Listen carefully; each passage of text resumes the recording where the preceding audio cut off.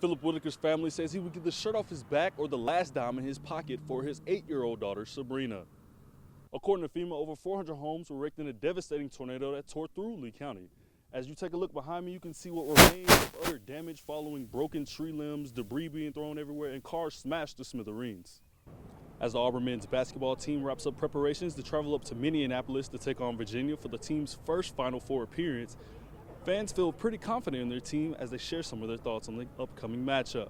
Day one of the NAIA National Championships are underway here in Columbus, Georgia, where over 30 teams are competing. I'm here in Columbus on the corner of Veterans and 4th Street, where 3 gas stations seen behind me are advertising the price of $2.19 for 1 gallon of gas. But if the gas prices continue to inch up as predicted, you can expect to pay more at the pump. Vicki Braswell had been living in Beauregard for 2 years before she lost her life in the tornado. I spoke with several of her nieces who say she was an angel in their lives. The Chattahoochee Valley community welcomed the National Association of Intercollegiate Athletics as it held its annual National Swimming and Diving Championships. This is the NAIA Men's and Women's Swimming and Diving National Championships. We have 30 teams here from across the United States qualifying to fight for that title of national champion. A weekend like this is one of the biggest revenues for the city of Columbus, Georgia. There's over $635,000 that's spent this week by the NAIA, the teams, the spectators, the family that have traveled here, that they spend here in our local economy. The NAIA Swimming and Diving Championship consists of a number of the top teams in the conference and spans from coast to coast.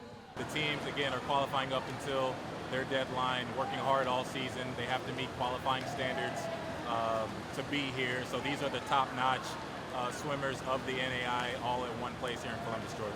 One swimmer competing in the competitions calls Columbus home and discusses what it means to compete in the competition. It's really exciting to see swimming and such a high level competition come to Columbus, especially I remember when this pool was first built and all the hype over it, and it's nice to see more people from all over the country coming to see it. So it's a lot of fun. Reporting from Columbus, Antonio Reese, WTVM News Leader 9. Tuesday night, the Alabama World Affairs Council welcomed a guest speaker to the Gold Room on the Montgomery campus of Troy University. Dr. Drew Wagstaff, who is an assistant professor of international security for the Blue Horizons program within the United States Air Force Center for Strategy and Technology at Maxwell Air Force Base. Dr. Wagstaff's presentation focused on the topic of China's ascendant, addressing China's growth and what that means for the international community. We're going to cover some of China's history, so where modern China comes from today. Then we're going to talk about understanding just what is meant by China's rise. And then we're going to talk about some of the problems that Chinese leaders face today and what they must overcome in order to remain ascendant, as the title implies. Wagstaff is known for providing information across an array of subjects, including East Asian politics, metacognition and strategy, and conducting research relevant to both civilian academics and senior United States Air Force leaders. President of the Alabama World Affairs Council, Walter Gavan, discusses what impact Wagstaff brought to the event. One of the great resources that we have in the river region is Air University. And so we're very fortunate to have Dr. Wagstaff here at Air University and part of the Blue Horizons project, and looking at things like China and the implications of China's rise for the United States and for world affairs. This event marks one of 3 the Alabama World Affairs Council will host between now and next month. We're also in the middle of a great decision series, and we'll have tomorrow actually about populism in Europe, a presentation and a discussion. And then next month we have Adam Siegel coming from the Council on Foreign Relations in New York City, a fellow who will be talking about technology and innovation, and we look forward to that as well. Reporting from Montgomery, Antonio Reese, Troy Vision News. I'm here in Columbus on the corner of Veterans and 4th Street, where 3 gas stations seen behind me are price of $2.19 for 1 gallon of gas. But if the gas prices continue to inch up as predicted, you can expect to pay more at the pump. With spring break coming up and summer break not too far away, travelers are beginning to plan and take trips near and far. However, travelers might begin to notice a trend of higher gas prices. The gas prices are ridiculous.